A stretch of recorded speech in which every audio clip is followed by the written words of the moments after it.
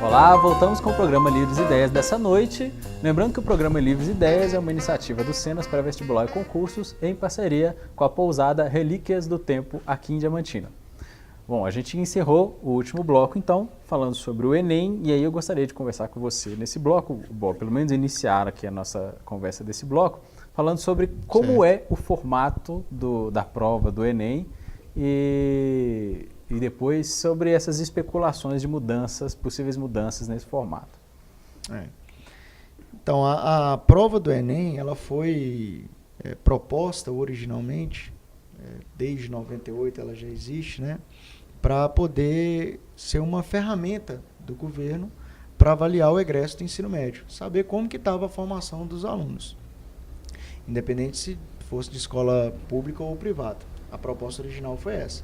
Em 2009, ela começou a ser utilizada como processo seletivo, começou a ser utilizada. Hoje ela é o principal processo seletivo para ingressar nas universidades federais e nas universidades particulares também.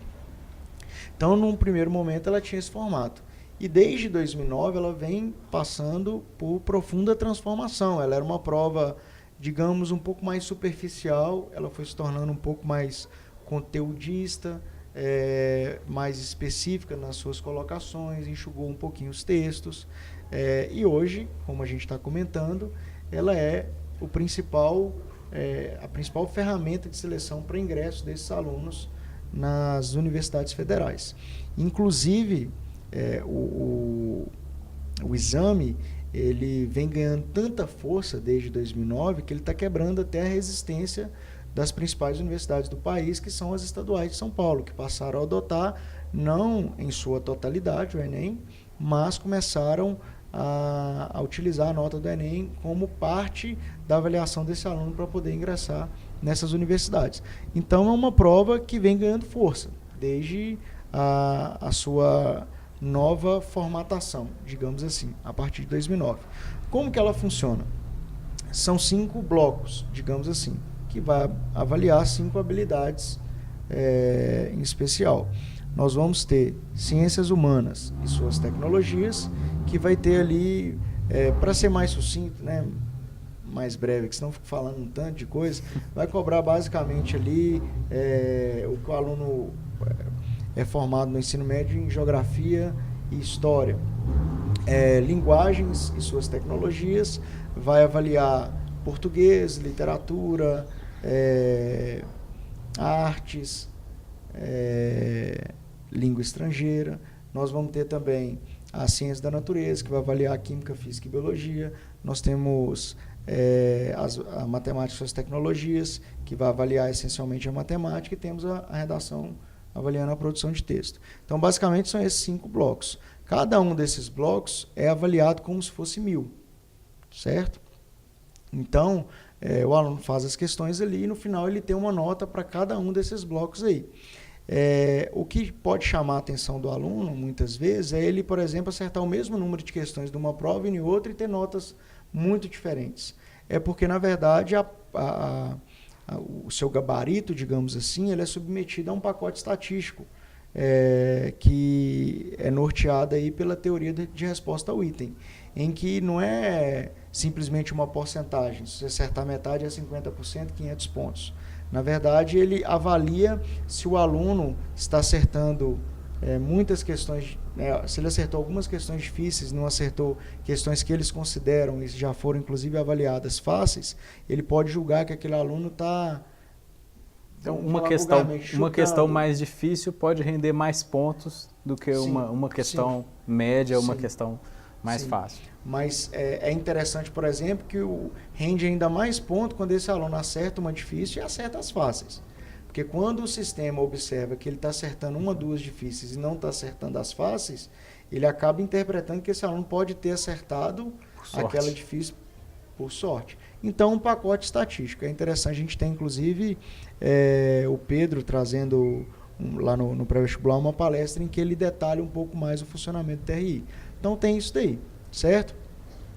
Com relação a essa nota final do aluno, né, a partir do momento que ele recebe o resultado da prova com suas notas, ele se inscreve através do Sistema de Seleção Unificado, que é o SISU, submete a sua nota a alguma das universidades que participam do SISU, certo? Normalmente, a maior parte das universidades no país, todas as universidades federais, algumas estaduais, outras tantas particulares. Então, ele pode escolher qualquer uma universidade do país. Isso é muito bacana e corrobora, digamos assim, com a proposta do Haddad lá na sua ideia de colocar um sistema mais democrático, porque o aluno agora ele consegue ingressar em qualquer universidade sem que ele precisasse submeter aos processos seletivos individualizados, que eram caros e exigiam deslocamento. Então, você concorda comigo que nessa situação o aluno que tem um poder aquisitivo maior, ele tem mais chance? Ele consegue ir nas cidades e fazer inscrição em mais provas? Então, agora não. Pelo menos nesse ponto, a gente consegue democratizar mais a inserção do aluno ao ensino superior. Então, a partir do momento que ele tem essa nota, ele consegue escolher em qualquer universidade, qualquer curso, desde que esteja disponível através do sistema. Ele coloca a sua nota ali como primeira e segunda opção. Vale lembrar também que existem as opções de cotista, né? E as universidades aí têm uma certa flexibilidade para estabelecer. Salvo engano, em torno de 50%, na maioria delas, das vagas, vai para os cotistas e as outras para... Para livre concorrência? Isso, para livre concorrência. Então, tem as cotas, aí são as particularidades. Ele coloca ali e suponhamos que tenha 50 vagas. As 50 melhores notas são selecionadas num primeiro momento. Se sua nota ficou um pouco depois, pode ser que numa segunda, terceira, quarta chamada. E dependendo do curso, o desempenho de um aluno num bloco, por exemplo, de ciências da natureza, pode pesar mais do que o seu resultado no outro bloco? Pode. E isso, a universidade ela tem certa autonomia para estabelecer, certo? Se vamos supor, você tá querendo ingressar numa farmácia, né? No curso de farmácia. E aí você tem uma nota tal lá de ciência da natureza. O curso de farmácia daquela universidade pode atribuir um determinado peso para a ciência da natureza. E isso é levar a sua nota, certo? A mesma coisa pode não acontecer no mesmo curso de farmácia de uma outra universidade. Tranquilo? Pode atribuir pesos diferentes. A universidade tem certa autonomia para fazer isso daí. Na verdade, essa é uma das propostas dessa modificação que tanto se fala aí, dessa alteração que tanto se fala na prova do Enem, dar cada vez mais autonomia para a prova, para a universidade poder trabalhar um pouco mais com essa prova, certo? Mas não tem nada totalmente estabelecido, não. O edital do Enem ainda não saiu e só a partir da liberação desse edital que nós vamos ver exatamente o que foi certamente estabelecido. Então, mas isso é até importante você levar em conta. E não responda tem muitos alunos, a gente trabalha no meio acadêmico, e tem muitos alunos que vêm nos perguntar, nos questionar, muitas vezes preocupados. Assim, o que vai mudar no Enem, o que mudou? Né? Já chega muitas vezes perguntando o que mudou, como é que vai ser agora. Então, para esses alunos, eu acho que, pelo que você está me falando aí, o ideal é pedir calma. Por enquanto não mudou nada. Por enquanto não mudou nada. Na verdade, saiu foi publicada aí no Diário Oficial uma nota, né, do ministro da Educação falando que as universidades terão ainda mais liberdade. Mas isso, a escolha da universidade. Ela pode utilizar, estabelecer uma nota mínima de ingresso para cada uma das habilidades ou fazer uma média das habilidades, atribuir pesos tais para uma determinada prova, com sua liberdade. A mudança, a princípio, está em cima disso daí. Se vai estabelecer uma nota mínima de ingresso para cada habilidade ou se vai fazer uma média geral para a prova. E mesclar ainda com atribuição de pesos. A ideia é essa, a princípio. Mas nós só vamos ver, de fato, as mudanças que o Enem vai trazer e a gente realmente, pelas especulações, a gente espera que tenha algumas mudanças a partir da liberação do edital.